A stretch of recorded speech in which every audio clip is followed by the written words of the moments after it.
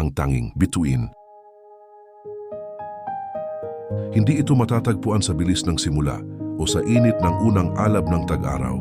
Ito ay ang tahimik na bigat sa bawat hininga.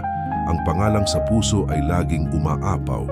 Ito ang sukatan ng mundo at ng buhay, ang batayan ng bawat ngiti at bawat luhang pait, isang imbakan ng mga alaalang makulay na kahit anino na lang ay pilit na kinakamit.